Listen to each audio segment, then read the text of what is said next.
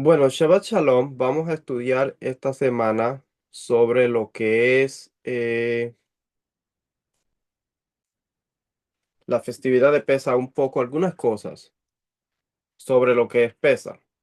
Es importante que nosotros consideremos estos temas cuando estamos estudiando sobre Pesa. Mayormente hay una gran controversia o un gran problema cuando se está hablando especialmente de las festividades, porque no se considera lo que es el templo, la función del templo, las ofrendas que se traían al templo, y es un tipo de discusión todos los años. Entonces, es importante que nosotros estemos usando los recursos adecuados cuando estamos estudiando sobre lo que tiene que ver con PESA. Hay unos recursos que nosotros usamos que se los voy a mostrar eh, para que podamos tener en cuenta.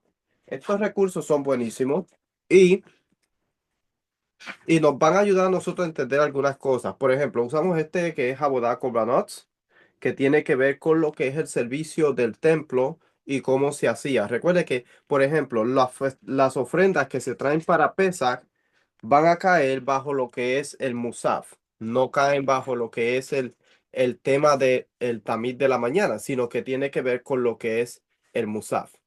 Entonces, cuando nosotros vamos a ver todos los temas, especialmente en las festividades, tenemos que considerar lo que son las ofrendas, cuándo se ponen las ofrendas en el altar, quién las pone, cómo se ponen. Todo eso es bien importante para nosotros entender algunas cosas relacionadas con lo que es la festividad de Pesach. Otra cosa bien importante, Pesach no solamente, aunque se hace la cena de Pesach entre las tardes, no solamente se le denomina pesa a eso, sino que realmente son 7 días. Todos los días de Hajamazot o de panes sin levadura son considerados como una extensión de lo que es pesa. Entonces, otro libro que vamos a utilizar es el Tarian Mitzvot, que ya ustedes están familiarizados con él, tiene que ver con los mandamientos. ¿Qué mandamientos se aplican a cada festividad? Podemos también utilizar lo que es la Mishnah, el tratado Pesajim.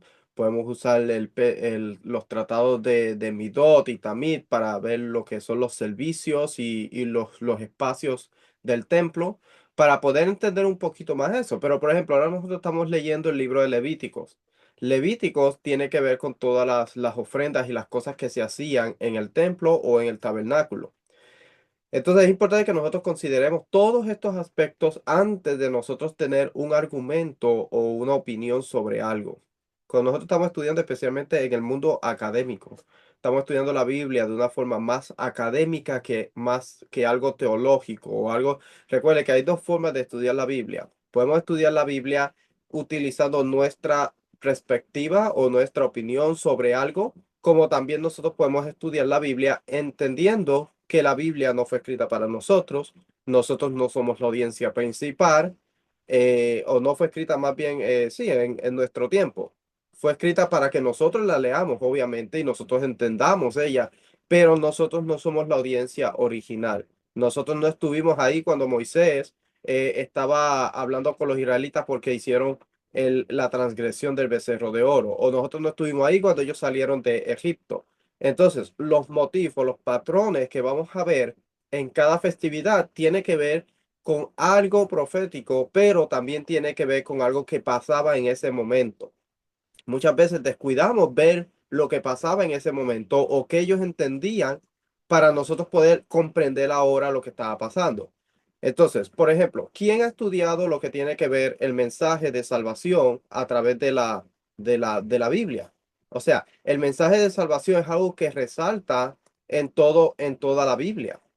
Nosotros podemos ver cuando el pueblo de Israel sale de Egipto, cómo Dios salva al pueblo de Israel de Egipto, cómo lo libera, cómo lo lleva a través del Mar Rojo, que precisamente, o el Mar de Juncos, que precisamente esta semana estamos estudiando lo que es el cántico de Moisés al cruzar el Mar de Juncos. Tiene que ver con salvación, tiene que ver con una nueva creación, tiene que ver con una nación que está creciendo y cómo Dios lo organiza como nación y le da ciertas leyes y cosas así. Pero el tema principal es lo que es la salvación y la redención del pueblo a través de todo lo que Dios hizo con Egipto y cómo lo lleva al monte Sinaí. El monte Sinaí viene a representar lo que es el templo de Dios, lo que es el lugar de reposo. Así es como nosotros podríamos entenderlo. Podemos entender que el jardín o el Sinaí vendría siendo como el jardín de Edén, donde es un lugar donde Dios hace murallas alrededor de su pueblo y Dios protege a su pueblo. Más tarde ese lugar va a ser la tierra de Israel y especialmente en Jerusalén, donde Dios cerca o se pone una muralla alrededor de la ciudad de Jerusalén, donde Dios protege a los habitantes de la ciudad. Dios es el protector. Los salmos hablan sobre eso. Entonces, cuando estamos estudiando especialmente las festividades, debemos considerar que vamos a encontrar el mensaje de salvación, aunque no tenemos que estar buscando muchas veces lo que es encontrar al Mesías dentro de, porque obviamente si tratamos de estar buscando al Mesías, vamos a caer en un gran problema, que es lo que está pasando precisamente hoy. Hoy día se le quiere atribuir a Yeshua que es las primicias y por eso las primicias, el día de presentar el hombre tiene que caer en cierto día, porque si Yeshua es la primicia, entonces Yeshua tenía que resucitar el mismo día que se presentaba la gavilla en el templo, pero académicamente, bíblicamente, eso no se alinea, porque la Biblia nos dice cuándo se tenía que presentar la gavilla. Ese año, ok, cayó exactamente como igual que el día que se presentaba la gavilla. Yeshua resucita ese mismo día, pero no significa que tenía que ser así. Pasó así por una razón. Vemos que tiene una conexión, pero no es que ahora la gavilla se va a llevar todos los domingos, porque o se va a empezar a contar después del Shabbat semanal hasta el Shabbat 50 para que entonces el 49 para que entonces el día 50 caiga un domingo para que se lleve la gavilla. No tiene sentido. Recuerde, Yeshua no vino a cambiar el sistema del templo, la forma como se hacía la adoración en el templo. Yeshua vino a reforzar lo que el Padre había dado, las leyes que el Padre dio, el, el, el, el templo y toda la función del templo no giraba alrededor de lo que Yeshua iba a hacer, sino que Yeshua, todo lo que Yeshua hizo, se alineaba perfectamente con lo que es el templo y con lo que son los mandamientos. Entonces, eso es algo importante que debemos considerar nosotros cuando estamos estudiando la Biblia. La porción de esta semana, o lo que estamos estudiando esta semana, tiene muchos mandamientos, porque tiene que ver desde el día que nosotros empezamos a hacer lo que es pesa, empezamos a guardar mandamientos. Uno de ellos es leer la Haggadah, relatar. El libro de Éxodo, capítulo 12, nos habla que nosotros debemos relatarle a los niños lo que pasó en Egipto a través de las generaciones. Otro de los mandamientos es tenemos que comer panes sin levadura. Está el mandamiento de comer la cena de pesar, aunque es un cordero pascual, el que hay que hacerlo, el Corban pesar. Pero hoy día, como no tenemos el templo, pues la cena viene a reemplazar, o no a reemplazar, o podríamos decir más bien a representar esa cena que se hacía con el cordero pascual en el tiempo del templo. Entonces son varios mandamientos que nosotros estamos guardando al guardar pesa. Algo que debemos también nosotros entender es que los mandamientos que se aplican, especialmente cuando hay una persona que puede acercarse a la mesa de pesas, tienen que ver con la protección de Dios a una persona que no está en convenio. Muchas personas no lo ven de esta forma porque piensan que es una festividad en donde se puede, tenemos a veces la misma creencia que traemos del otro campamento. Debemos evangelizar, enseñarle a la persona, no, que Dios te ama y puedes venir y sentarte y disfrutar de esta cena y practicar esto y esto y esto, pero la Biblia no es así. La Biblia, en el tiempo que fue establecida, es un libro legal, un libro jurídico que tiene consecuencias y tiene bendiciones, tiene consecuencias si una persona no sigue lo que está estipulado dentro de ese libro. Por eso es que hace un tiempo atrás, como dos, tres Shabbat, estaba enseñando en Roca Eterna. ¿Por qué una persona no tiene que guardar el Shabbat, que no es parte del convenio? Porque esa persona, o porque las bendiciones, por ejemplo, dadas en la Biblia, no son para una persona que no está en convenio. Obviamente, Dios bendice a todo el mundo, como dice la Biblia. Él le envía la lluvia, envía las temporadas, envía el sol para todos. pero hay unas bendiciones específicamente para su pueblo que está en convenio con él.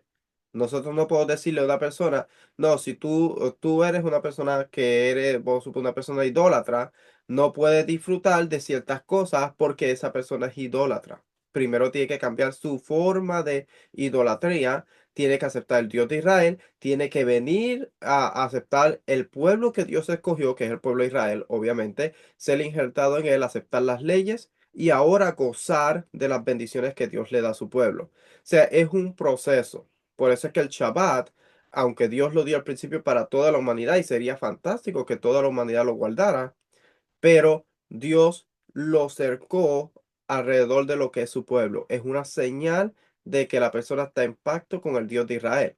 Entonces, si una persona guarda Shabbat, por ejemplo, y no está en pacto con el Dios de Israel, más bien eso sería para la persona una, algo contraproducente, porque está cargando algo que tiene que ver con la señal de que está en pacto con un Dios, pero está haciendo cosas que van contrarias a ese pacto. Entonces, hay un gran problema, porque la persona dice yo estoy en pacto a través de una señal, pero después hace cosas que son de personas idólatras. O sea, eso no tiene lógica. Igualmente pasa con una persona que se acerca a la cena de pesa. La cena de pesa es una cena de convenio. Tiene que ver con una persona que ha aceptado el convenio y está dispuesta a seguir el Dios de Israel, no importa qué, el libro de Ruth. Cuando nosotros vemos el libro de Ruth, lo que hizo Naomi, eso es un ejemplo bien claro de una persona que hace transición, que hace una, un convenio con el Dios de Israel. Vamos a ir al libro de Ruth, aquí rapidito. Esto no estaba acá, pero vamos a ver, porque el libro de Ruth nos da un claro ejemplo de cómo una persona que no está, que no está en convenio, el proceso que tiene que hacer. Vamos a ir acá. El libro de Ruth, eh, capítulo 1. Vamos a leer. Dice que nosotros sabemos que la suegra ¿cómo se llamaba ella? Naomi. Naomi le había dicho a Orfa y a Ruth que se vayan, que las dejaran y que se fueran con su familia, ¿no? Versículo 16 dice Ruth responde, dice, pero Ruth dijo, no incitas que te deje o que deje de seguirte, porque a donde tú vayas iré yo, y donde tú mores, moraré. Tu pueblo será mi pueblo y tu Dios mi Dios. Donde te mueras, allí moriré y allí seré sepultada. Así haga el Señor conmigo, y aún peor si hago, excepto, si algo, excepto la muerte, nos separa. O sea que la forma en cómo ella formula este argumento tiene que ver con lo que es la aceptación de un convenio, hacer un convenio, una transición. Entonces, a veces unas personas dicen, no, que dentro de la Biblia no hay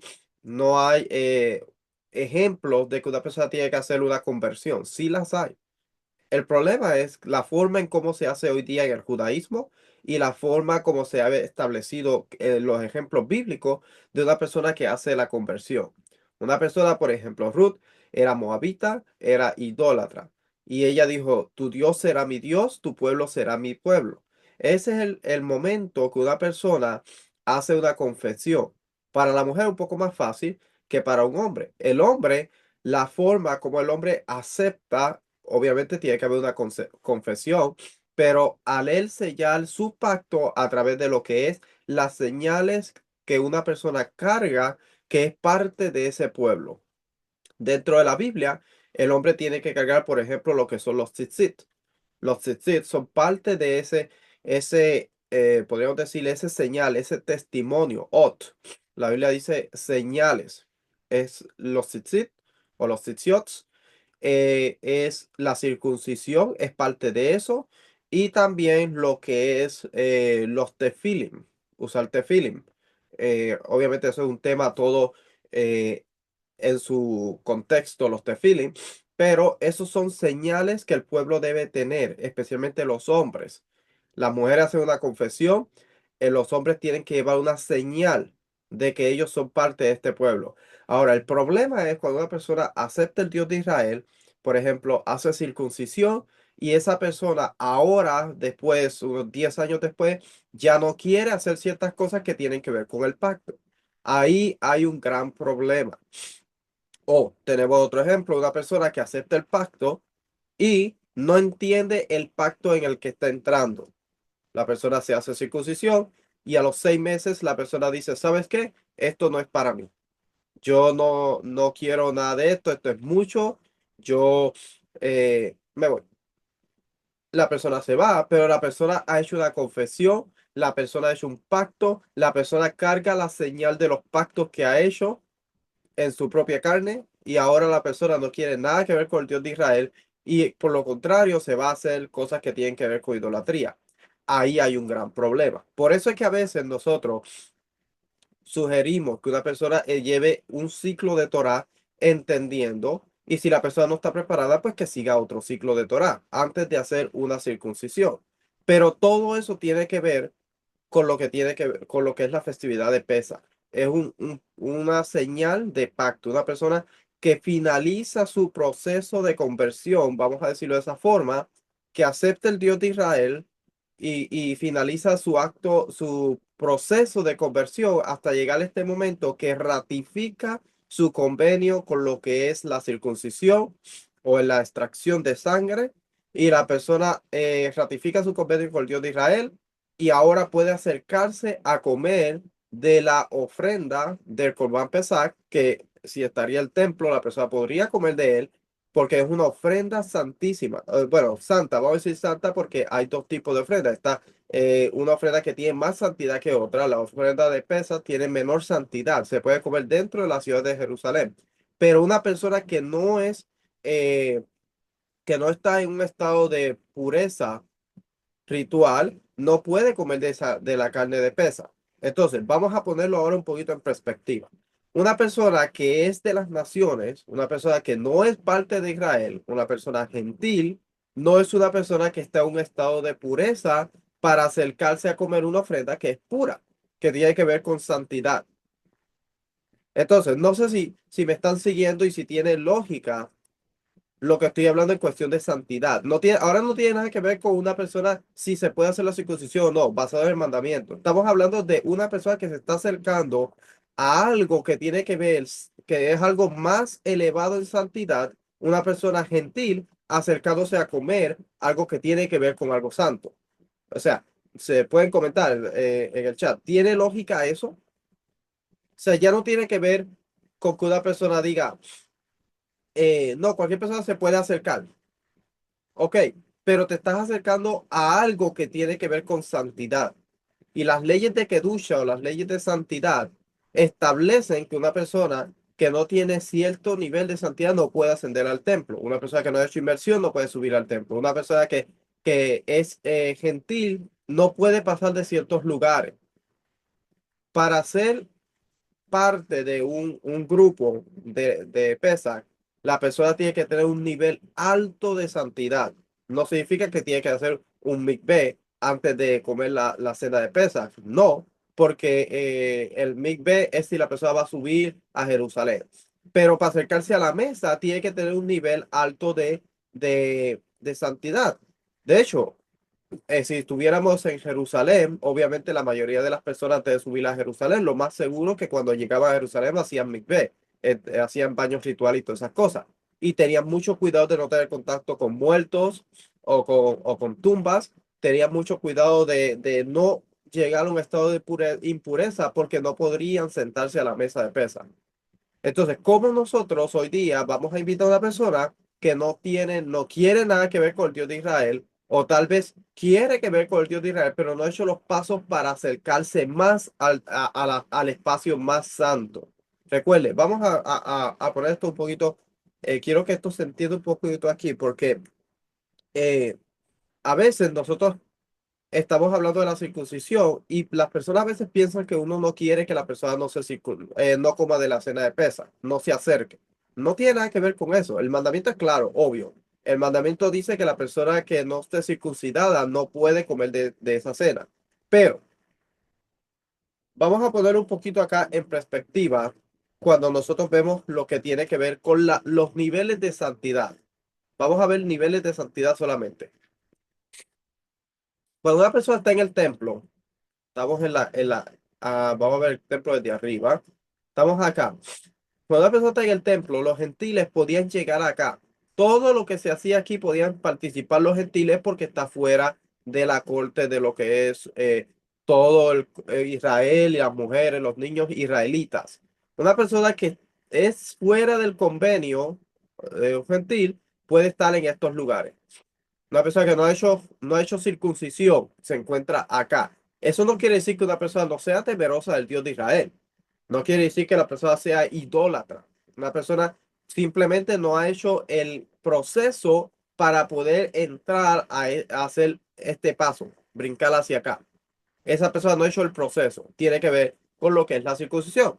Tiene que ver con hacer ciertas cosas que son parte del pacto. Celebrar las fiestas y todas esas cosas. Entonces, una persona que es de las naciones, vamos a decir, una persona que es gentil, una persona que tal vez es idólatra, llega a este lugar, de ahí no puede pasar. Solamente si pasa la persona, es bajo su propia responsabilidad y bajo la penalidad de muerte. La persona pasa, obviamente hay levitas que están cuidando el espacio sagrado y van a ejecutar esa persona el momento que entra. Nosotros lo vemos con Pablo. Cuando Pablo entró a ciertos lugares, ellos pensaron que traía un gentil, una persona que era de Asia. Entonces tuvieron que cerrar las puertas del templo, tuvieron que purificarlo todo. Ese es el proceso que se hacía si se pensaba que había entrado una contaminación. Entonces, la persona al hacer circuncisión, la persona entiende que abraza el Dios de Israel. Ahora puede hacer este paso para entrar en lo que tiene que ver con algunos niveles de santidad más elevados. Y parte de eso es poder comer del Corban Pesach. Eso tiene que ver con niveles de santidad. Ahora no tiene que ver con un mandamiento. Obviamente sabemos que el mandamiento existe, pero es más allá de un mandamiento. El mandamiento está para proteger esa persona que está comiendo ese tipo de comida que tiene que ver con santidad en ese día. Entonces, por eso es importante que nosotros entendamos lo que son los niveles de santidad, lo que tiene que ver con la perspectiva legal de la Biblia y lo que tiene que ver una declaración de una persona para ser leal y fiel al Dios de Israel. Porque una vez una persona hace la declaración y afirma que él va a ser parte de ese pueblo, no puede echarse hacia atrás porque hay consecuencias. Recuerde que es un pacto que la persona hace. Entonces, vamos a ir acá al libro de Éxodo. Vamos a ir al libro de Éxodo, capítulo 15, y vamos a ver algunos temas relacionados con lo que es la porción de esta semana, que tiene que ver con lo que es la salvación, cómo Dios salvó al pueblo de Israel. Recuerde que la Biblia nos dice que más tarde va a haber una salvación mayor. Entonces Dios va a salvar al pueblo de Israel y lo va a llevar de las naciones, lo va a llevar de nuevo a la tierra prometida. Entonces, el canto de Moisés, de hecho, hace un tiempo atrás estuvimos estudiando sobre este canto y creo que está en lo que son los convenios. Me parece que está en los convenios en la página de mamarragel.net.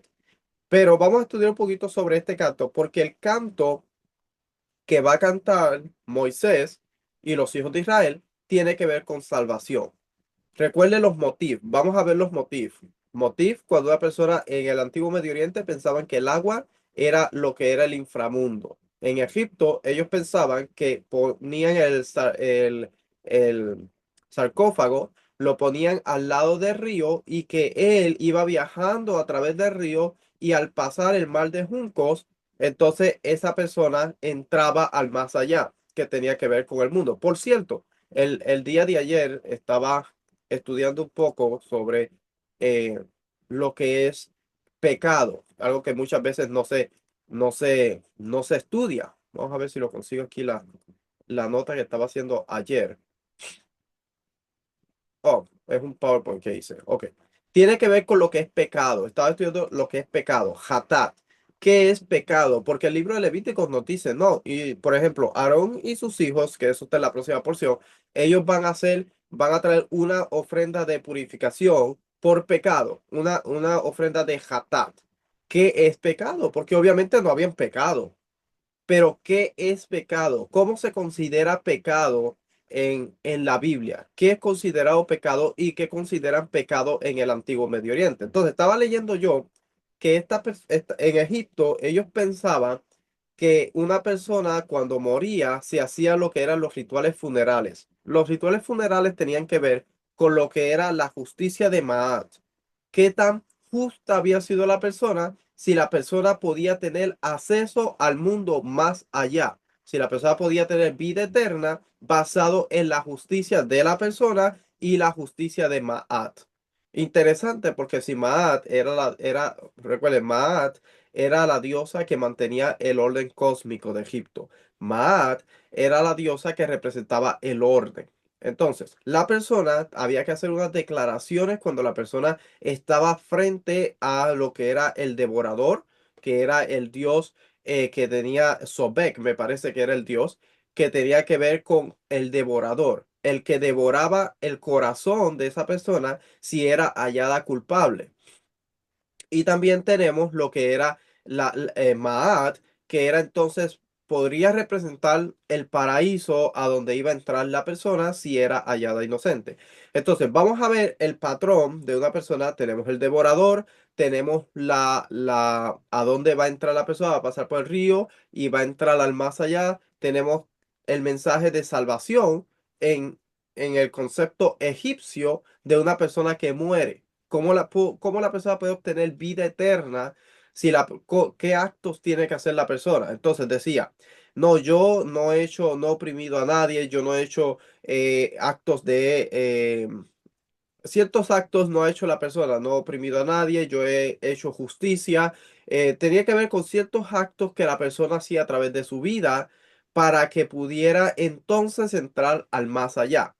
Cuando nosotros estudiamos la Biblia, precisamente tiene que ver con lo mismo. O sea, a veces nosotros no consideramos que en el Antiguo Medio Oriente todo el mundo estaba buscando lo que era la vida eterna. Todo el mundo quería salvación.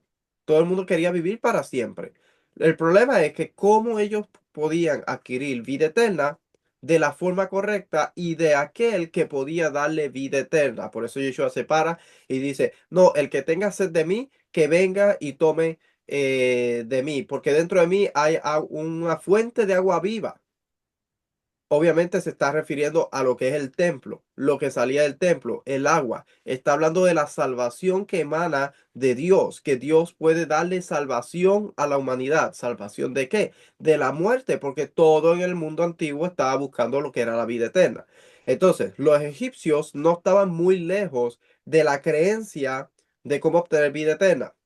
En la Biblia vamos a ver lo mismo. Vamos a ver el devorador, que es el Hasatán, devoración de la muerte. Tiene que ver con la eliminación de la muerte. Dice la muerte ha sido devorada para siempre. El libro de Isaías nos habla sobre eso. Isaías 25:8. Vamos a ir allá. Isaías 25:8 nos habla sobre la muerte. Vamos a ver. Libro de Isaías. Isaías 25:8.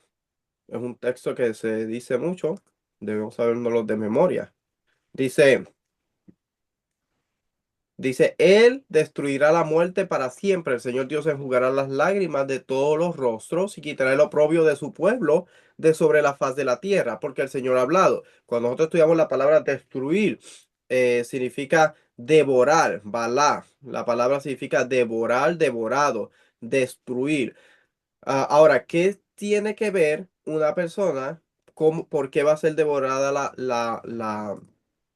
¿cómo se llama? ¿Por qué va a ser devorada la muerte? ¿Y qué la persona tiene que hacer para que esa persona pueda ser hallada justa delante de Dios? Lo mismo, tiene que hacer, practicar justicia y bondad, que es el fundamento del trono de Dios. Salmo 89. En el antiguo Medio Oriente, por ejemplo, en Egipto, la persona tenía que hacer ciertos actos que era lo que calificaba a esa persona para entrar en el más allá. En la Biblia hay ciertos actos que la persona tiene que hacer para que entonces pueda entrar en lo que es el reposo eterno, la vida eterna. El reposo eterno tiene que ver, o el reposo tiene que ver cuando un rey era entronado, el rey hacía guerra y establecía la paz. Ahora el rey entraba en lo que es el reposo. Cuando Dios terminó de hacer la creación, Dios reposó, empezó a entronar, a reinar sobre lo que él había hecho. La Biblia es eso mismo. El libro de Éxodo, la porción de esta semana, tiene que ver con eso. Tiene que ver cómo Dios saca al pueblo de Egipto, devora el pueblo, merecía la muerte. El pueblo estaba, nosotros vamos a ver que el pueblo entró en lo que era la idolatría, en lo que entró, se acostumbró, se asimiló al pueblo egipcio. Y dentro de eso, Dios levanta un redentor. Siempre que hay en la Biblia, dos cosas vamos a encontrar: un clamor y un redentor, un Mesías. No el Mesías, pero un Mesías. Entonces tenemos el clamor del pueblo. El capítulo me parece que está en Éxodo capítulo 3. Vamos a ir allá un momentito. Éxodo capítulo 3. eh, pues, sí, no, capítulo 2. Al final dice, eh, y aconteció. Dice, y aconteció que pasado mucho tiempo murió el rey de Egipto y los hijos de Israel gemían a causa de la servidumbre y clamaron, y su clamor a causa de su servidumbre subió a Dios. Oyó Dios su gemido y se acordó Dios de su pacto. ¿Se había olvidado Dios de su pacto? No, no se había olvidado de su pacto. Simplemente el pueblo gimió. El pueblo se cansó de la forma en cómo estaban siendo tratados y dijo, el pueblo se acordó de Dios y dice, ah, no, nuestro Dios, el Dios de Abraham, el Dios de Isaac y el Dios de Jacob. Y se acordó de su Dios y gimió a él. Y dice que Dios se acordó de su pacto con Abraham, con Isaac y Jacob. Y miró Dios a los dioses de Israel y Dios los tuvo en cuenta. O sea que el pueblo de Israel, después de asimilarse, después de estar en Egipto, ahora los hacen esclavos. Y ahora ellos claman a Dios y Dios escucha su voz y Dios manda un redentor, manda un Mesías. O sea, manda a Moisés, que va a ser el papel de este Mesías, que va a sacar el pueblo a través de él, lo va a liberar de su esclavitud. Recuerde que la esclavitud no simplemente se aplica a una persona que es esclavo, sino también se aplica a lo que es Pablo hace una metáfora de lo que es la esclavitud, que somos esclavos del pecado. Entonces, recuerde, el Mesías, Moisés como Mesías, libera al pueblo de la esclavitud literal y de la muerte también, porque un esclavo no tenía mucho tiempo de vida en el Antiguo Medio Oriente y se esperaba que moría bajo el látigo. O sea, esa era la esperanza del pueblo de Israel, morir siendo esclavos. Una persona, la humanidad entera, lo único que nos queda es, si no tuviéramos a Yeshua como nuestro mediador, lo que nos queda es vivir y morir. Somos esclavos del pecado. Morimos también, porque la paga del pecado o la consecuencia del pecado de la transgresión de Adán trajo la muerte, que es la esclavitud o el yugo bajo el cual toda la humanidad está bajo. Entonces, hacía falta que viniera un Mesías, una persona que liberara al pueblo de la esclavitud y de la muerte, y hacía falta un Mesías que liberara a la humanidad de lo que es la esclavitud, a la muerte y de la muerte. Entonces, esos son algunos paralelismos que podemos hacer. Pero eso pasa cuando el pueblo gime, cuando el pueblo hace un clamor a Dios. El pueblo entiende que va a morir, o la persona entiende que va a morir, y la persona clama a Dios por salvación. Ahí está la clave. El clamor de una persona en el antiguo Medio Oriente, en este tiempo, en el momento que los hijos de Israel están gimiendo a Dios, están gimiendo por salvación. Ellos necesitan alguien que los pueda salvar de los trabajos pesados. De hecho, creo que un poquito más acá en adelante le dice a Moisés, eh, vamos a ver acá, compartir la pantalla. Dice, y el Señor, ok,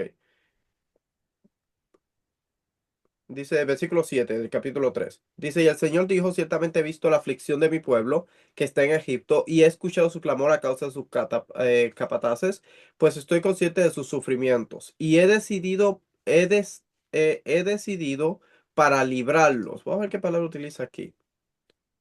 Eh, ajá, la palabra, cuando nosotros estudiamos esta palabra, significa, por ejemplo, significa salvación. Dice rescate, ok, rescata, rescatado, rescatado, librarme, arrebatados, quitados, sálvame. Sobrevivan, escapar, ser salvado, salvado, salvar, librar. O sea que tiene que ver, la palabra que dice de librar tiene que ver con lo que es salvación. Por eso es que dice he escuchado el clamor y he decidido librarlos o salvarlos de la mano de los egipcios. Recuerde que el Egipto representa lo que es el exilio y lo que representa lo que es podríamos decir, el inframundo o otras cosas. Y para sacarlos de aquella tierra a una tierra buena y espaciosa, una tierra que emana leche y miel, el, al lugar de los cananeos, de los heteos, de los amorreos, de los amoreos, los fereceos, de los heveos y de los jebuseos. Y ahora he aquí, el clamor de los hijos de Israel ha llegado hasta mí, y además he visto la opresión con los que los egipcios lo oprimen. Ahora pues ven y te enviaré a Faraón para que saques a mi pueblo, los hijos de Israel, de Egipto. Entonces, tiene que ver con lo que es la liberación y la salvación del pueblo en ese momento. Ahora, con esa introducción, vamos entonces a leer ahora el capítulo 15 del libro de Éxodo, que tiene que ver cuando el pueblo es salvado, cómo el pueblo responde a la salvación de Dios. Recuerde que por ejemplo, los salmos nos van a hablar de eso. Los salmos que se cantan en Pesa, los Jalel, tienen que ver con lo que es salvación. Dice, nosotros contemplamos miramos a Sión. ¿De dónde viene nuestra salvación? Nuestra salvación viene de Adonai, de Dios. Entonces, todo tiene que ver con el mensaje de salvación para ese momento, para el pueblo de Israel. Ellos entendían que Dios los estaba librando de lo que era la esclavitud y los estaba liberando, los estaba salvando. El clamor de ellos fue para que Dios los salvara. Dios los libera, Dios los salva, Dios los lleva al monte Sinaí. ¿Cómo responde el pueblo cuando ellos entienden que Dios es el Salvador y cómo responde el pueblo después de ser salvados? Son dos cosas muy distintas. Ellos son redimidos, son comprados por un precio. ¿Cómo responde el pueblo después de ser rescatado, redimido y llevado al monte Sinaí? Otra cosa importante, una persona del antiguo Medio Oriente no era libre en ningún momento. La libertad, como nosotros la conocemos hoy día, entendemos que una persona puede hacer lo que la persona quiera. Eso es lo que nosotros entendemos por libre albedrío o por una persona que es libre. En el antiguo Medio Oriente no era así. Una persona siempre estaba bajo otra persona. De hecho, hoy día también. Lo que pasa es que las personas piensan que son libres, pero realmente una persona es esclavo o siervo, o podemos decir, de una persona. Su jefe hoy día vendría siendo su amo, por decirlo de esa forma. Entonces, aunque no se usan esas palabras técnicas, pues se escuchan feas, pero es literal, es la realidad. Una persona le debe lealtad a su jefe mientras está trabajando porque él básicamente está comprándolo a usted por ese tiempo. La persona le paga. Ese tiempo no es suyo, sino que pertenece a esa persona para quien usted trabaja. En el antiguo Medio Oriente era similar. Las personas nunca eran libres en su totalidad. Siempre había alguien por encima de otro. Entonces, el pueblo de Israel es liberado de Egipto, es comprado por Dios. Recuerde que hay un rescate que Dios da por su pueblo. Ese rescate vendría siendo lo que daría una persona en el pueblo de Israel por rescate en una dote, o vendría siendo lo que daría otra persona para comprar un esclavo. No significa que la condición del esclavo cuando era esclavo aquí va a ser la misma condición que va a ser del esclavo acá. Son dos cosas muy distintas, pero la persona es comprada y sigue siendo esclavo. El pueblo de Israel, Dios no los llama esclavos porque Dios no los trata como esclavos, pero Dios los llama sus siervos. Dios los compra para que ellos sean ahora sus siervos. Por eso es que en Israel hay un mandamiento que no se puede vender una persona israelita como esclavo, ni se puede vender a un gentil, porque Dios pagó el precio por esa persona. Dios la liberó de la esclavitud de Egipto. Entonces, como Dios la liberó, Dios es el dueño de esa persona. Dios es el único que puede venderlo. Y como Dios es justo y fiel, Dios no va a vender a su pueblo. Entonces, por una persona siendo parte del pueblo de Israel, no tiene derecho sobre otra persona. Claro, puede ser su siervo y servirle a una persona por las deudas y por otras cosas, pero esa persona no es dueño de esa otra persona, porque el dueño de toda persona parte del pueblo de Israel es Dios. La persona, el pueblo de Israel, ahora es siervo de Dios y tiene que servirle y le debe lealtad al Dios de Israel, a Dios. Le debe su lealtad porque Dios fue el que los compró. Ahora ellos le pertenecen a Él y ellos y Dios en su justicia, en su amor, le ofrece un convenio para que ellos puedan prosperar, para que ellos puedan hacer su trabajo, para que ellos puedan vivir de una forma moralmente correcta y para que puedan prosperar y ser vistos como una gran nación en toda la humanidad.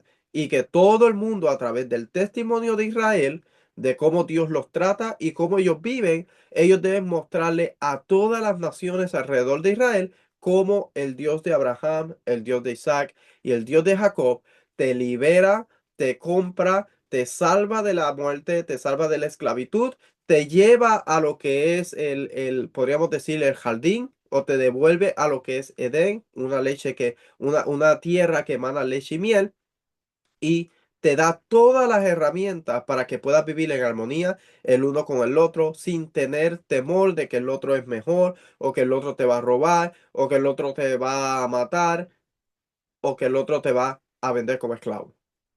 Todo tiene que ver con lo que es la salvación y la redención. Ok, vamos a ver el libro el capítulo 15 del libro de, eh, de Éxodo. Y vamos a ver los motivos que tienen que ver ahorita con salvación. Dice, entonces los hijos de Israel, recuerden que cruzan el Mar Rojo y ellos empiezan a entonar esto. Eh, Vamos a ver. El versículo 26 del capítulo 14. Voy a leer acá.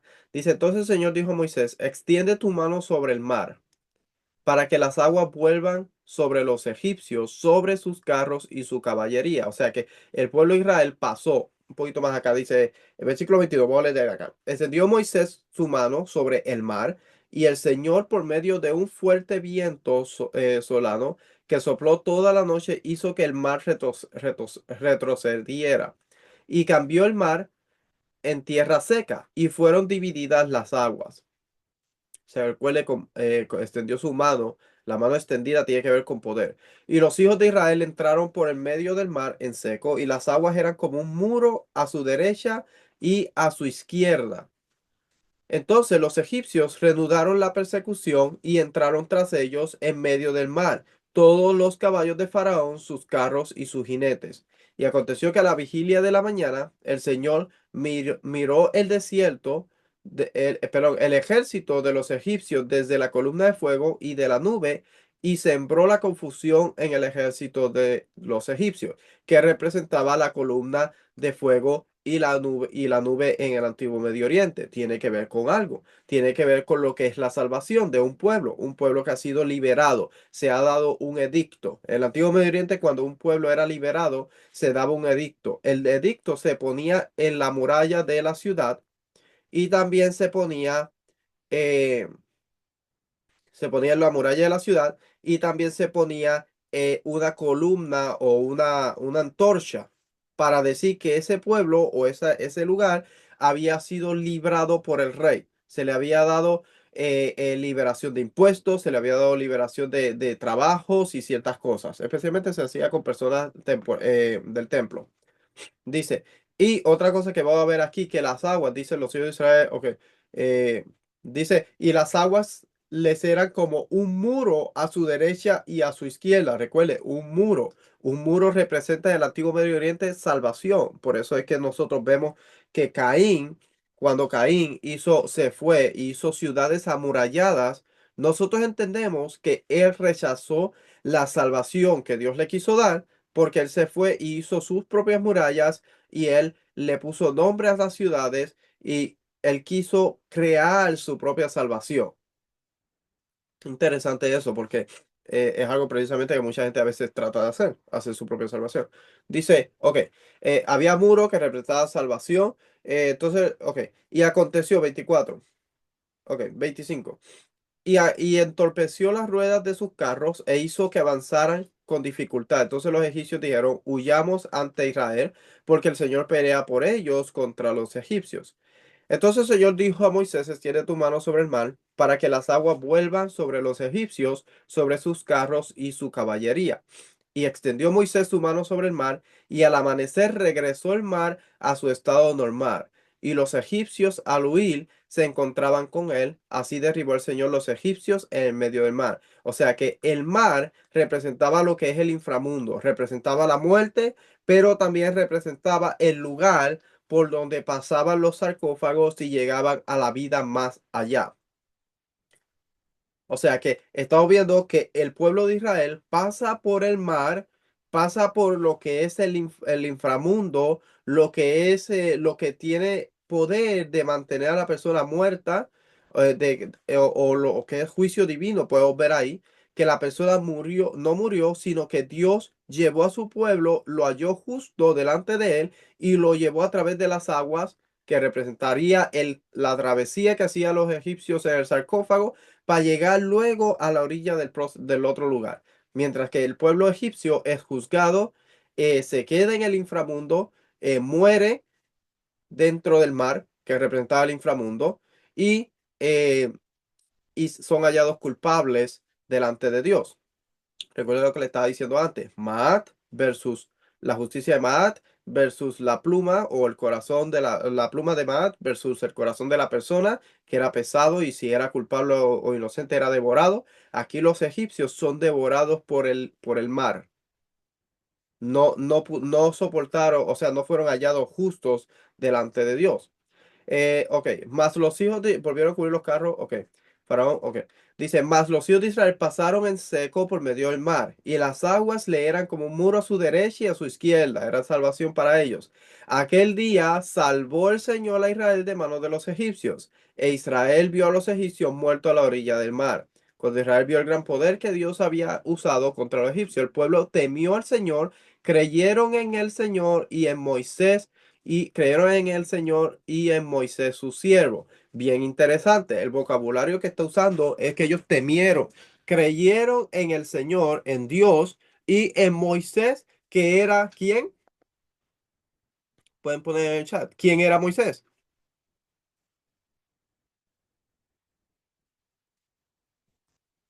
Moisés en este caso es ¿quién?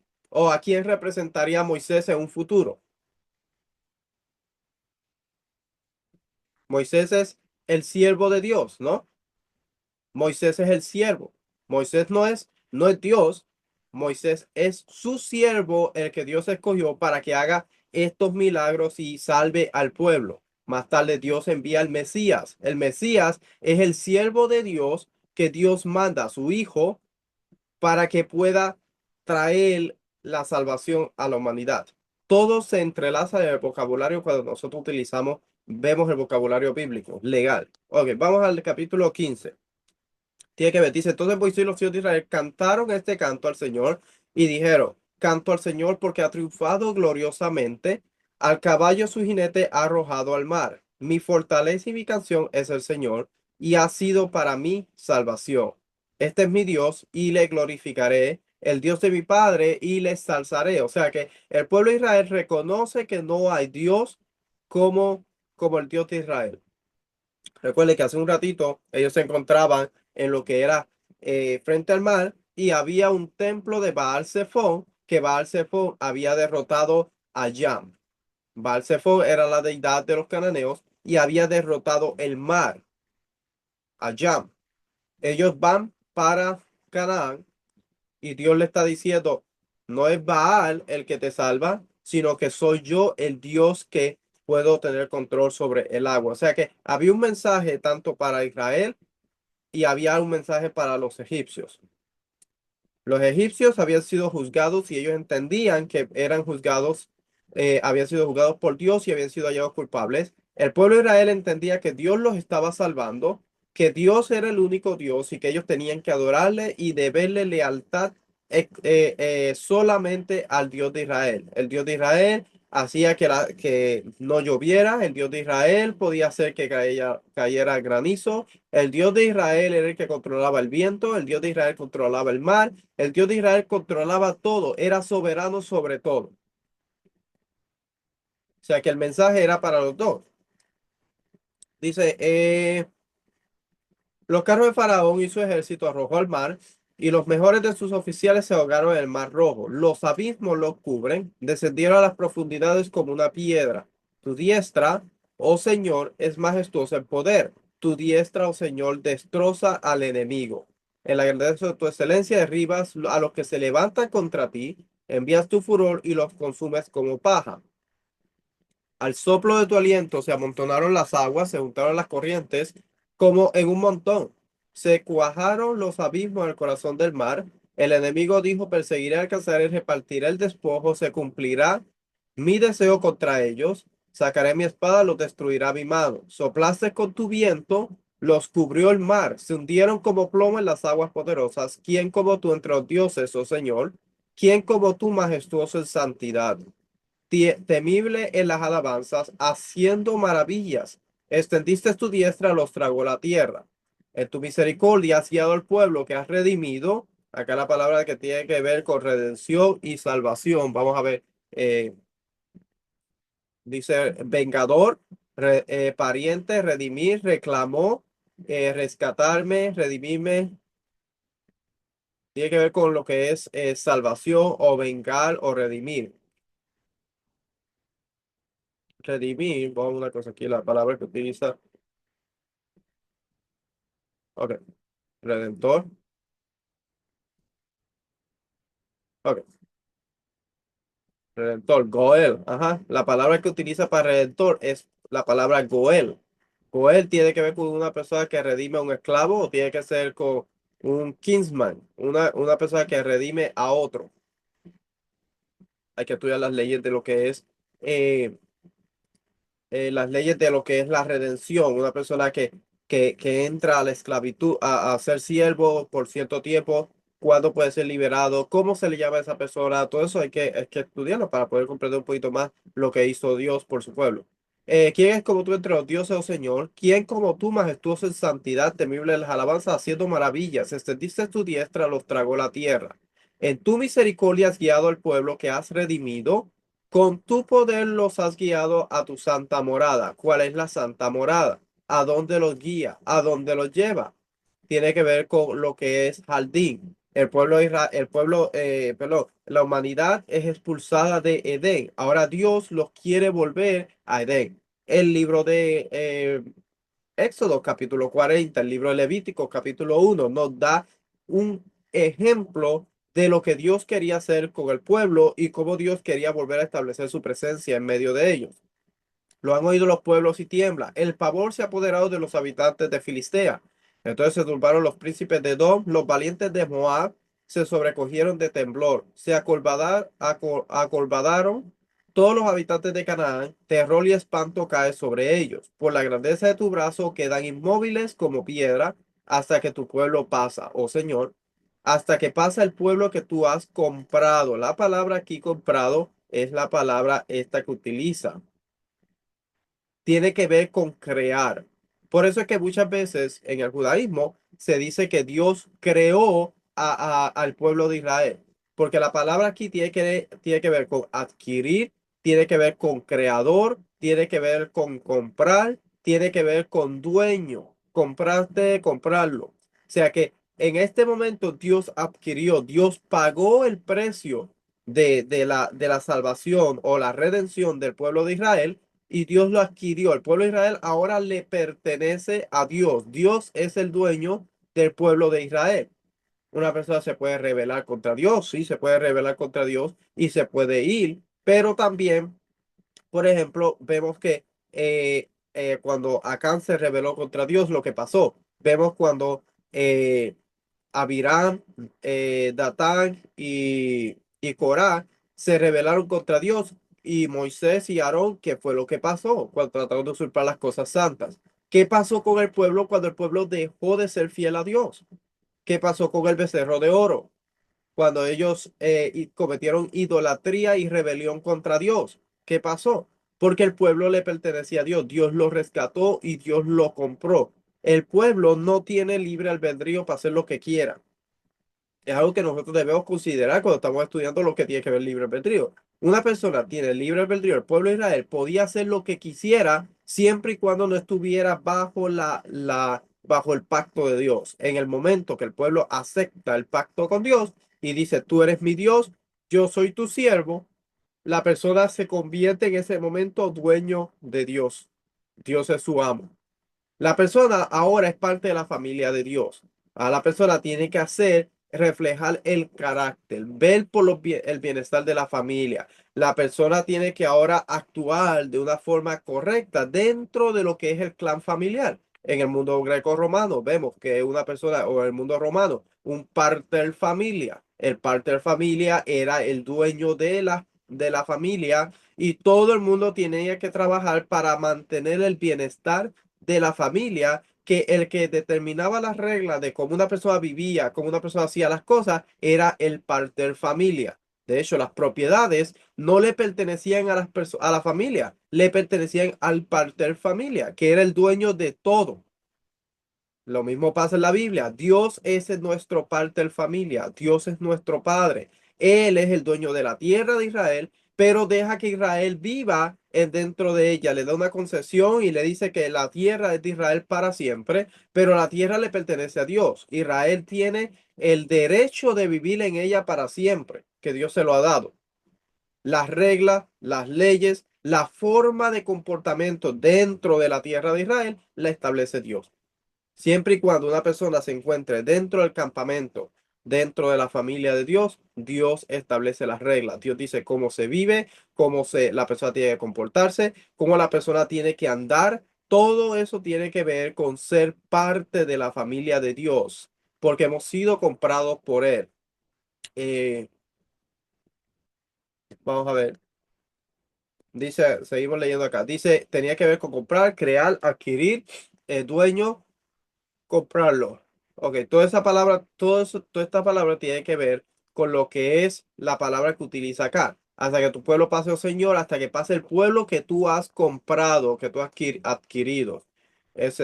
Salmo 74:2. Acuérdate de tu congregación, la que adquiriste desde los tiempos antiguos, la que redimiste para que sea la tribu de tu heredad y de este monte Sión donde has habitado. Isaías 43:1. Mas ahora sí dice el Señor, tu creador, oh Jacob, y el que te formó, oh Israel. No temas porque yo te he redimido, te he llamado por tu nombre, mío eres tú. Porque en el Señor porque el Señor ha rescatado a Jacob y la ha redimido de manos más fuertes que él. Tito 2:14, quien se dio a sí mismo por nosotros, está hablando del Mesías, para redimirnos de toda iniquidad y purificar para sí un pueblo para posesión suya, celoso de buenas obras. Tiene que ver la redención, lo que hizo el Mesías, tiene que ver con lo mismo que hizo Dios en Egipto. Lo mismo patrón lo mismo que pasó en Egipto, el mismo patrón es lo mismo que vamos a ver con Yeshua. No estamos diciendo que Yeshua es el Corban Pesá, porque si usted dice que Yeshua es el Corban Pesá, tiene que explicar por qué el Corban Pesá es un Corban de paz y Yeshua dice que vino a hacer algo por un pecado. Pero el patrón de lo que hizo, cómo Dios sacó, liberó, redimió, compró y salvó al pueblo, es lo mismo que hizo a través de Yeshua, de su hijo. Dice, pero se levantaron falsos profetas entre el pueblo, así como como habrá también falsos maestros entre vosotros, los cuales encubiertamente introduzcan herejías destructoras, negando incluso al Señor que los compró, trayendo sobre sí una destrucción repentina. Ok, dice, tú los traerás y los plantarás. Traerás, aquí utiliza cita Éxodos 23:20, que dice aquí, yo enviaré un ángel delante de ti para que te guarde el camino y te traiga al lugar que yo he preparado. Está hablando del retorno a Canaán. Y el 32-34 de Éxodo dice, pero ahora ve, conduce al pueblo a donde te he dicho, he aquí mi ángel irá delante de ti, mas el día que yo los visite los castigaré por su pecado.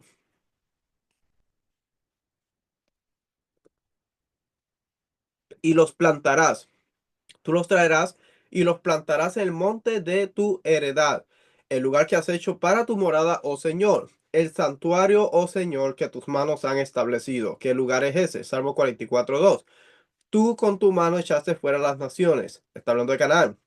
Y a ellos los plantaste, afligiste a los pueblos y a ellos los hiciste crecer. Salmo 88. Tú removiste una vid de Egipto, expulsaste las naciones y la plantaste. Y el versículo 15 dice, la cepa de tu diestra ha plantado y el vástago que para ti has fortalecido. Dice, el lugar que has hecho para tu morada, obviamente el monte Sión, Salmo 68:16. ¿Por qué miras con envidia, oh monte de muchos picos, al monte de Dios que ha deseado para morada suya? Ciertamente el Señor habitará allí para siempre. Está hablando del monte Sión. Salmo 76:2. En Salem está tu tabernáculo y en Sión su morada. Salmo 132:13. Porque el Señor ha escogido a Sión, la quiso para su habitación. Salmo 132:14. Este es mi lugar de reposo para siempre. Aquí habitaré porque la he deseado. Entonces dice, el Señor reinará por siempre jamás. Eh, y eso tiene que ver con lo que es el cántico de Moisés en el libro de capítulo 15. Esa fue la forma como el pueblo respondió cuando ellos entendieron que Dios era su Salvador, era el que los había rescatado a ellos. Ahora, después de eso, cómo ellos actúan o qué ellos hacen, vamos a ver también que ellos inmediatamente saliendo de ahí llegaron a Mara, donde ellos se quejaron porque no tuvieron, el agua era amarga. Y Dios le dice, si escuchas mis mandamientos, ahí es donde Dios empieza a darle mandamientos a ellos y dice, si escuchas mis mandamientos y mis estatutos, las enfermedades que yo envié sobre los egipcios, no las voy a enviar sobre ustedes porque yo soy el Señor tu sanador. Yo soy el que te sano, yo soy el que te libro, yo soy el que te guardo. Entonces, vamos a ir ahora, eh, vamos a una cosa aquí.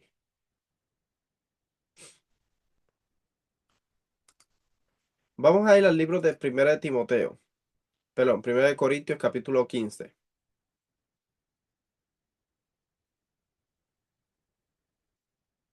Vamos a ir a Primera de Corintios capítulo 15 y vamos a ver ahora el contraste de lo que es el Evangelio.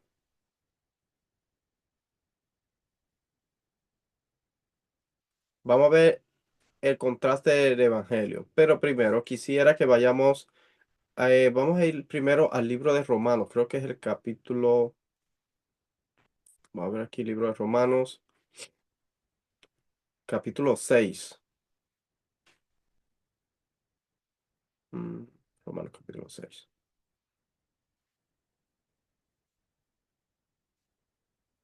Corintios, libro de Romanos capítulo 6. Ok, vamos a ir al libro de Romanos capítulo 6. Y vamos a fijarnos bien en el vocabulario. Tiene que ver con lo que es la muerte. Dice, ¿qué diremos entonces? ¿Continuaremos en pecado para que la gracia abunde? ¿Cuál es la gracia? ¿De qué está hablando aquí? ¿Cuál es el contexto del capítulo? Dice, el pecado, está hablando de el pecado, la palabra que utiliza es amartía. De hecho, si nosotros estudiamos esto, tiene que ver con pecados, cosas que se hacen. Vamos a ver si está en español aquí. Transgresión por culpa, pecado por falta. De hecho, la palabra esta tiene que ver con la palabra hatat. Tiene que ver con la palabra hatat. Tiene que ver con pecado, pecador, pecaminoso, nuestra condición de expiación del pecado, pero también tiene que ver con alguien que es vendido a pecado, vendido al pecado. Dice, sold into slavery, vendido al pecado, vendido a la esclavitud del pecado. Ok, seguimos leyendo acá. Dice, ¿qué diremos? ¿Continuaremos en pecado o en esclavitud, siendo esclavos del pecado para que la gracia abunde? Romanos 3:8 dice, ¿y por qué no decir cómo se nos calumnia y cómo algunos afirman que nosotros decimos, hagamos el mal para que venga el bien? La condenación de los tales es justa. Romanos 6:15. Entonces, ¿qué? ¿Pecaremos porque no estamos bajo la ley, sino bajo la gracia? De ningún modo. O sea que hay que seguir guardando los mandamientos. De ningún modo, nosotros que hemos muerto al pecado, ¿cómo viviremos aún en él? Romanos 6:11. Dice, así también vosotros consideraos muertos para el pecado, pero vivos para Dios en Mesías. Gálatas 7:4, Romanos 7:4. Por tanto, hermanos míos, también a vosotros se os hizo morir a la ley por medio del cuerpo de Mesías, para que seáis unidos a otro, aquel que resucitó de entre los muertos, a fin de que llevemos frutos para Dios. O sea que una persona, una vez acepta al Mesías, tiene que hacer frutos, igual que el pueblo de Israel tenía que ser ejemplo a las naciones, cosa que sabemos que falló. También nosotros hemos estado fallando en eso, en ser el ejemplo a las naciones. Dice, pero ahora hemos quedado libres de la ley. ¿De qué ley está hablando? Habiendo muerto a lo que nos ataba. ¿De qué era lo que nos ataba? De modo que sirvamos a la novedad del espíritu y no en el arcaísmo de la letra. Gálatas 2:19. Pues mediante la ley yo morí a la ley a fin de vivir para Dios.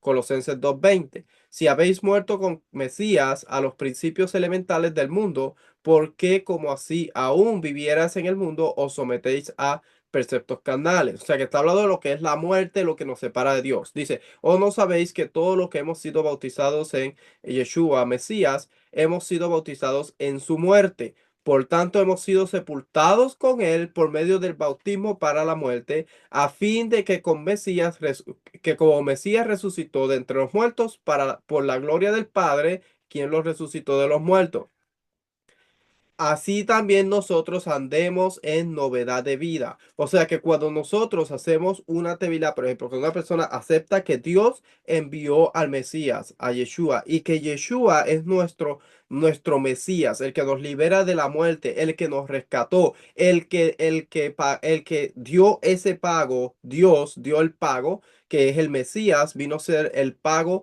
por la humanidad entera.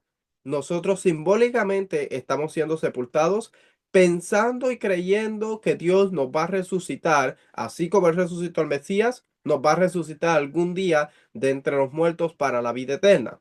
Eh, Así nosotros andemos en novedad de vida. Vamos a ver, Efesios 4:23. Y que seáis renovados en el espíritu de nuestra mente. Colosenses 4:10. Os habéis vestido de nuevo hombre, el cual se ha renovado hacia un verdadero conocimiento conforme a la imagen de aquel que lo creó. Recuerde, Adán perdió la imagen de Dios. Adán, cuando pecó, después su hijo, dice, y nació su hijo a imagen y semejanza de Adán. Ya no era la imagen de Dios, ahora es imagen de Adán. ¿Por qué? Porque ahora obtiene lo que es Adán, el concepto de Adán. El concepto de Dios obviamente es que el hombre sea obediente, que dependa de Dios, que pueda vivir una vida correcta moralmente. Cuando nosotros aceptamos el Mesías, ahora se nos devuelve lo que es la imagen de Dios. Podemos volver a ser imagen de Dios. Dice, porque si hemos sido unidos a Él en la semejanza de su muerte, ciertamente lo seremos también a la semejanza de su resurrección. Sabiendo esto, que nuestro viejo hombre fue resucitado con Él, para que nuestro cuerpo de pecado fuera destruido, a fin de que ya no seamos esclavos del pecado. O sea que el Mesías nos liberó de la esclavitud, y la esclavitud que nosotros tenemos o teníamos era la muerte. Aunque aún morimos, tenemos la confianza y la fe perfecta de que Dios nos va a resucitar, porque sabemos que Él resucitó al Mesías. Porque el que ha muerto ha sido liberado del pecado, y si hemos muerto con Mesías, creemos que también viviremos con Él, sabiendo que Mesías, habiendo resucitado entre los muertos, no volverá a morir. Ya la muerte no tiene dominio sobre él, porque por cuanto él murió, murió al pecado de una vez para siempre, pero en cuanto vive, vive para Dios. Así también vosotros consideraos muertos para el pecado, pero vivos para Dios en Mesías Yeshua. Ok, eh, versículo 12. Por tanto, no reine el pecado en vuestro cuerpo mortal, para que no obedezcáis sus lujurias, ni presentéis los miembros de vuestro cuerpo al pecado como instrumentos de iniquidad, sino presentaos vosotros mismos a Dios como vivos de entre los muertos y vuestros miembros a Dios como instrumentos de justicia. Porque el pecado no tendrá dominio sobre nosotros, pues no está bajo la ley, sino bajo la gracia. O sea que todo tiene que ver con lo que es la liberación de Dios de la esclavitud del pecado.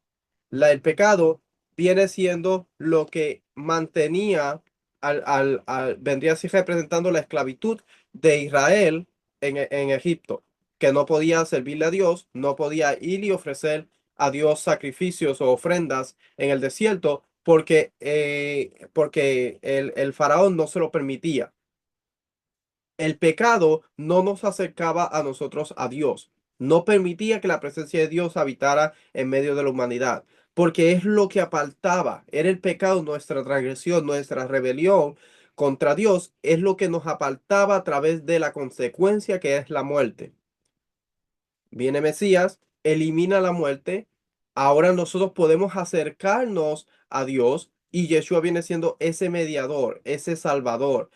Bueno, esa persona que Dios utiliza para salvar, porque el salvador al final es Dios. Dios es el que salva a su pueblo. Dios es el que otorga la salvación.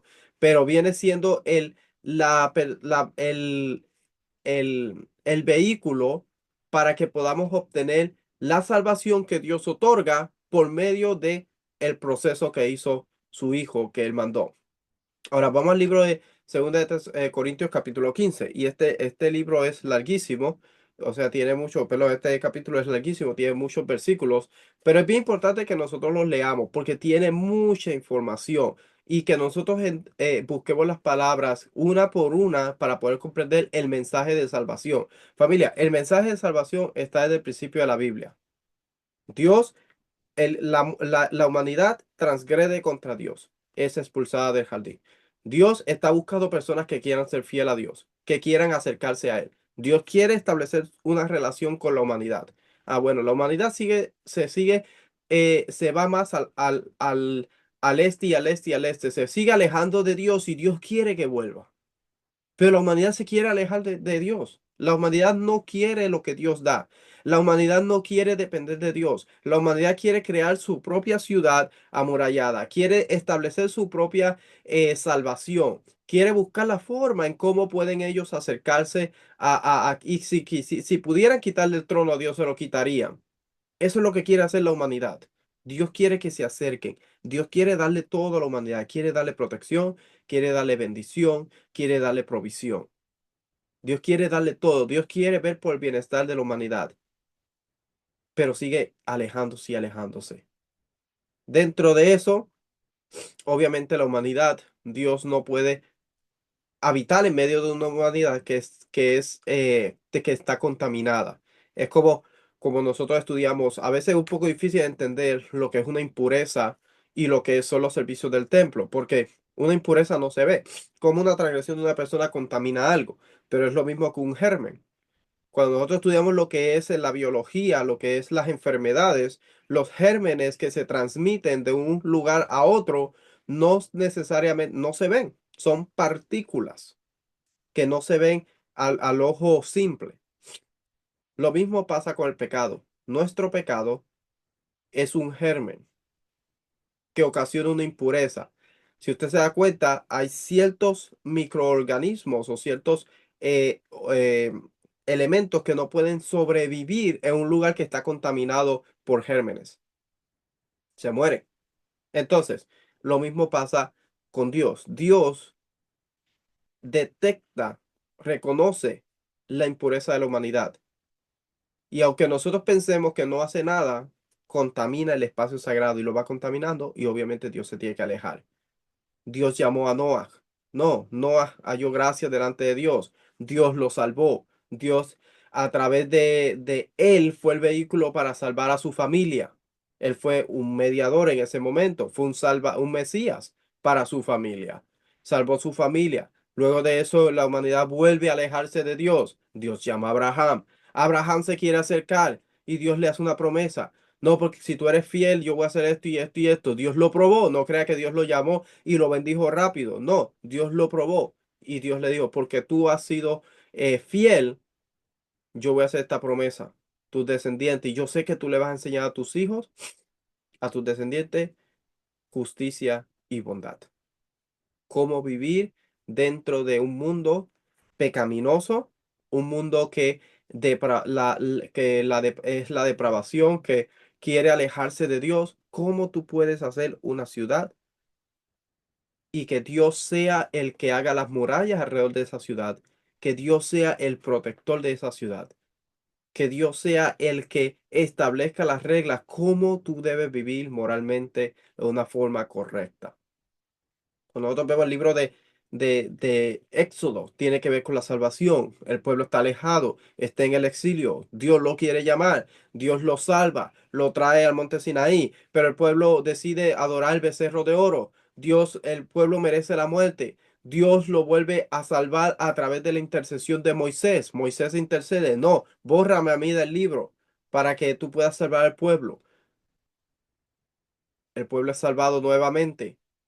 El pueblo llega a Canaán, vuelve a hacer las mismas cosas, las mismas transgresiones, hasta el día de hoy. ¿Qué estamos haciendo nosotros con la gracia que Dios nos ha dado? Capítulo 15 de Corintios. Dice, ahora os hago saber, hermanos, el evangelio que os prediqué, el cual también recibisteis, en el cual también estás firme, por el cual también sois salvos si retenéis la palabra que os prediquéis, a no ser que hayas creído en vano, porque yo os entrego en primer lugar lo mismo que recibí, que Mesías murió por nuestros pecados conforme a las Escrituras, que fue sepultado y que resucitó al tercer día conforme a las Escrituras, que se apareció a Kefas y después a los 12. Luego apareció a más de 500 hermanos a la vez, la mayoría de los cuales viven aún, pero algunos ya duermen. Después se apareció a Jacobo, y ahí sigue diciendo a quién se le apareció. Dice, pero por la gracia de Dios soy lo que soy, y su gracia para conmigo no resultó vana. Antes bien, he trabajado mucho más que todos aquellos, aunque no yo, sino la gracia de Dios en mí. Sin embargo, haya sido yo en ellos, así predicamos y así creísteis. Ahora bien, si predica que Mesías ha resucitado entre los muertos, como dicen algunos entre vosotros que no hay resurrección de muertos, está hablando de los saduceos. Los saduceos no creían en la resurrección de los muertos. Dice, y si no hay resurrección de muertos, entonces ni siquiera Mesías ha resucitado. O sea, la tesis que está tratando de establecer Pablo es si la resurrección ocurrió o no ocurrió. Porque hay personas que dicen que no hay resurrección, los saduceos pensaban que no había resurrección, pero Mesías resucitó. Entonces dice, si no creen en la resurrección, entonces tampoco crean que Mesías resucitó, porque Mesías obviamente resucitó a la muerte. Dice, y si Mesías no ha resucitado, vana es entonces nuestra predicación. O sea, ¿qué hacemos nosotros creyendo en Mesías o buscando la vida eterna si no creemos que el Mesías resucitó? Esa es la tesis o ese es el argumento que está teniendo Pablo en este momento. Si la resurrección de Yeshua es válida o no es válida. Lo mismo que pasa hoy día. Muchas personas rechazan al Mesías, obviamente están rechazando su resurrección, están rechazando y poniendo al padre como mentiroso y se van corriendo al judaísmo porque no entienden ciertas cosas. Aquí Pablo está lidiando con el mismo problema. Dice, eh, aún más somos hallados testigos falsos de Dios porque hemos testificado contra Dios que Él resucitó a Mesías, a quien no resucitó, si en verdad los muertos no resucitan. O sea que si los muertos no resucitan, según la teología saducea, entonces Mesías no habría resucitado. Dice, y si Mesías no ha resucitado, vuestra fe es falsa. Todavía estás en vuestros pecados. O sea, la condición de muerte todavía reina en la persona. Si la persona no ha resucitado, pecador, pecador es pecaminoso, mala condición, a nuestra condición, expiación de pecado. sea, la persona, recuerde que la palabra que tiene que ver con pecado en la Biblia hebrea es hatat. Una persona que lleva una ofrenda, por ejemplo, si la persona comete una transgresión involuntaria, la persona no lleva una ofrenda, la persona no sabe que ha pecado. La persona no sabe que hizo esa transgresión, no hay problema. El momento que la persona se da cuenta que transgredió, la persona tiene que llevar una ofrenda al templo porque esa transgresión ocasionó una impureza en el altar. Si la persona no lo hace, la persona va a morir irremediablemente en su pecado, en su transgresión. Porque recuerde que la transgresión hay consecuencias por la transgresión. La ofrenda que la persona lleva al templo funciona de dos formas, hace dos funciones en el templo. Una de ellas es purificar el altar y otra cosa es que el animalito en hasta cierto punto representa esa persona que merece morir, pero por la gracia y la misericordia de Dios, ahí es donde nosotros vemos la gracia de Dios, el intercambio que vamos a ver en el templo, un animalito y su sangre por la sangre mía que yo merecía morir y merecía ser exiliado del espacio sagrado y nunca más acercarme al espacio sagrado. Mi transgresión requiere que yo sea alejado de la presencia de Dios, como fue Adán, y exiliado y muerto para siempre, sin merecer acercarme a la presencia de Dios. Pero Dios, por su justicia y su gracia, permite que yo pueda traer un animalito. Ese animalito es un intercambio por mi vida y su sangre purifica el altar, haciendo que yo ahora pueda acercarme a Dios. Ahora yo pueda reconciliarme con Dios y tener ese vínculo con la familia de Dios. Eso es lo que la persona hacía cuando llevaba un animal al altar. Si la persona no lleva ese animal al altar, eso se considera rebelión contra Dios, porque entonces la persona no quiere restablecer ¿cómo se llama? La familia, no quiere restablecer el vínculo familiar y establecer esa relación con Dios, reparar la condición que se rompió. Entonces, es como un divorcio, es lo mismo. Si la persona no lleva ese animal, la persona hace una ruptura en esa relación, se hace un divorcio. Ahora, ¿qué responsabilidad tiene Dios con esta persona? Ninguna. ¿Qué responsabilidad tiene uno con el otro? Ninguno, porque hay un divorcio. Ahora, Dios no tiene que darle bendición, ni protección, ¿cómo se llama? Ninguna de las responsabilidades de Dios son efectivas. O sea, Dios no tiene responsabilidad de hacerlo porque la persona se ha divorciado de Dios. Adán fue lo que hizo. De hecho, cuando nosotros estudiamos lo que es la historia de Adán, hubo una ruptura. Da a entender que hubo un divorcio en ese momento. La transgresión de Adán trajo un divorcio, no solamente de Adán, sino de la humanidad completa para la relación con Dios.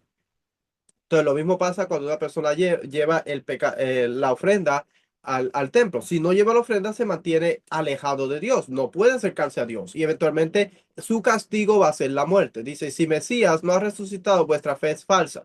Todavía estás en vuestros pecados. O sea, no has llevado la ofrenda que es necesaria para que pueda ser restituido la humanidad y Dios. Sabemos que el pecado en este momento que está hablando es la muerte. Si no se restablece, si Mesías no resucita, no se vuelve a restablecer la relación entre Dios y la humanidad. Entonces, por eso es que obviamente estarías todavía en vuestros pecados, todavía vas a morir irremediablemente, sin una esperanza de resurrección. Por eso es que nosotros creemos que y sabemos que Dios resucitó al Mesías de los muertos. Si no creemos en el Mesías, realmente familia, estamos perdiendo el tiempo. O sea, esa es la realidad. Pablo mismo lo está diciendo. Entonces también los que han dormido en Mesías han perecido. Si hemos esperado en Mesías para esta vida solamente, somos de todos los hombres los más dignos de lástima.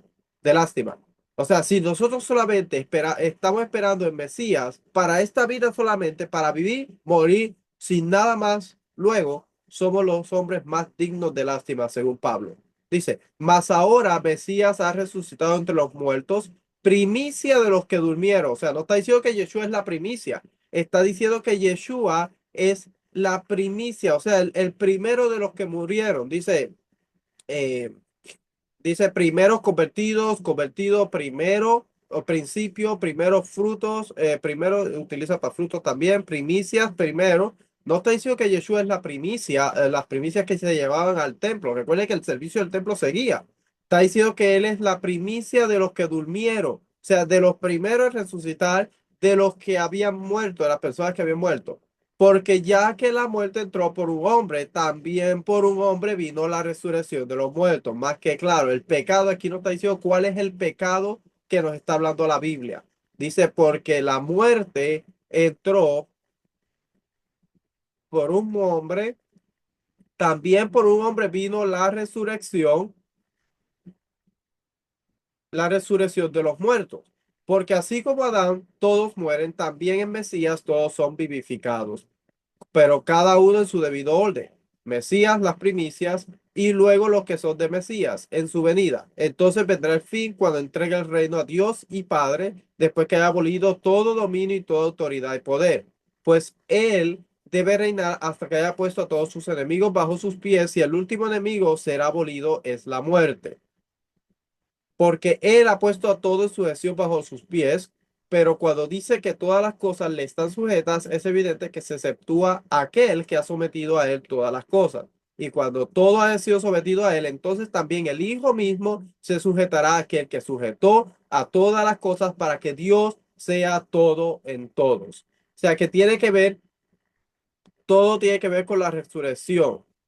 Vamos a ver un poquito más para acá.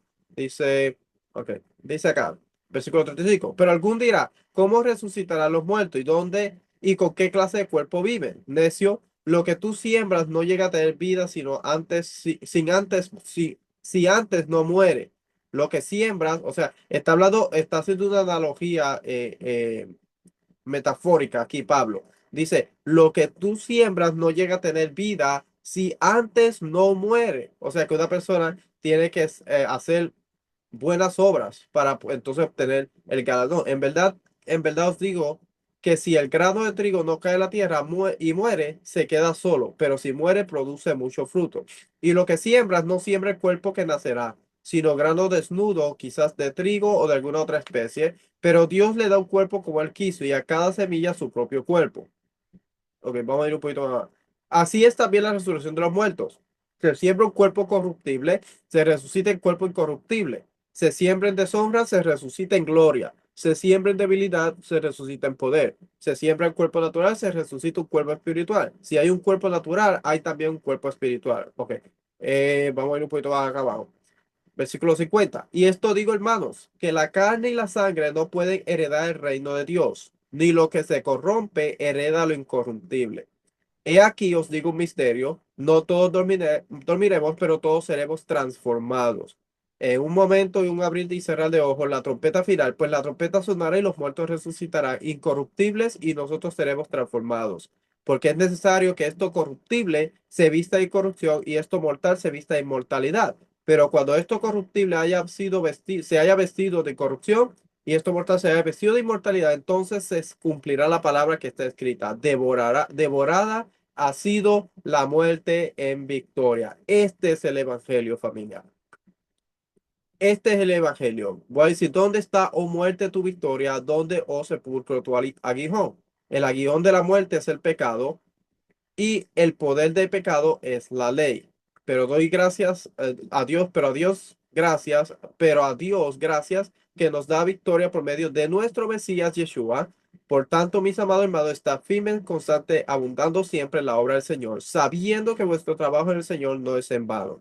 El pueblo de Israel, cuando cruza el mar de juncos, canta en victoria al otro lado. Este es mi Dios, yo le adoraré y Dios los va a llevar y los va a plantar en el lugar que Él ha preparado para ellos, de el exilio en Egipto a la redención, salvación, un clamor, salvación, Dios los redime, Dios los salva, van a través de, pasan por la muerte, simbólicamente pasan por la muerte que son las aguas y resucitan en el otro lado del mar de juncos y luego de eso son llevados a la casa de Dios, al jardín de Edén, donde Dios le da un estatuto, así como hizo con Adán, y los establece en su casa para que puedan vivir para siempre, plantados como árboles en su atrio. Lo mismo pasa con Yeshua. Dios envía al Mesías. Nosotros nos encontramos en el exilio. Toda la humanidad está en el exilio. No solamente el pueblo de Israel, sino que toda la humanidad se encuentra en el exilio. Dios manda a su mediador, a Mesías, a Yeshua, para que pueda ser esa ofrenda por nuestra transgresión y pueda traer purificación y pueda morir en lugar de nosotros, porque recuerde que Romanos nos dice, la paga del pecado es muerte, mas la dádiva de Dios, o sea, el regalo de Dios es vida eterna. ¿A través de qué? Una persona tiene que morir porque la ley exige la muerte del transgresor del convenio. Mesías muere en nombre de toda la humanidad, como el animalito que se llevaba al templo y moría en nombre de esa persona que cometió transgresión. Ahora la persona puede acercarse a Dios. Ahora por la ofrenda que hizo Mesías, su muerte, nosotros, la humanidad, podemos acercarnos a Dios. ¿Con qué propósito? Con el propósito de cambiar, minimizar, quitar al Padre de su lugar, cambiar lo que son sus tiempos señalados, establecer nuestra propia dogma, nuestra propia teología, nuestro propio pensamiento. No, para que nosotros podamos honrarlo a Él y proclamar lo santo, lo justo y lo bueno que Dios ha sido. Que nosotros sin merecer el regalo de Dios por su bondad, su justicia y su misericordia, Él decide extendernos a nosotros ese regalo, aunque le costó la vida de su Hijo, para que la humanidad pueda retornar al jardín y pueda ser plantado en el lugar donde Dios ha establecido su nombre, donde Dios ha dicho que va a plantar su pueblo, no donde nosotros queramos, no en Ecuador, en México, en Argentina, en Estados Unidos, sino en el lugar que Él ha puesto su nombre para que su pueblo pueda subir y honrarlo y ser imagen a todas las naciones de que existe un Dios que es bueno, justo y santo, que puede extender su misericordia hacia cualquier persona, aunque la persona se haya rebelado contra Dios, si la persona es sincera y viene y se arrepiente de su mala conducta y cambia su conducta, Dios aún a esa persona le extiende su misericordia y su regalo de salvación, siempre y cuando la persona decida caminar en armonía con lo que Dios ha establecido. Espero que esto sea de bendición y que podamos nosotros a través de las fiestas no solamente entender el mensaje de salvación, sino también entender nuestro rol y nuestra función dentro de las festividades, no para minimizar, eliminar, quitar y cambiar, sino para querer obedecer y ser más fieles cada vez que nos acerquemos a las convocaciones santas de nuestro Padre, nuestro Rey, nuestro Redentor, el que nos salva. Y si quieren más información, siempre puede ir a nuestra página de mamarragel.net, donde puede encontrar este video y otros más. Shalom.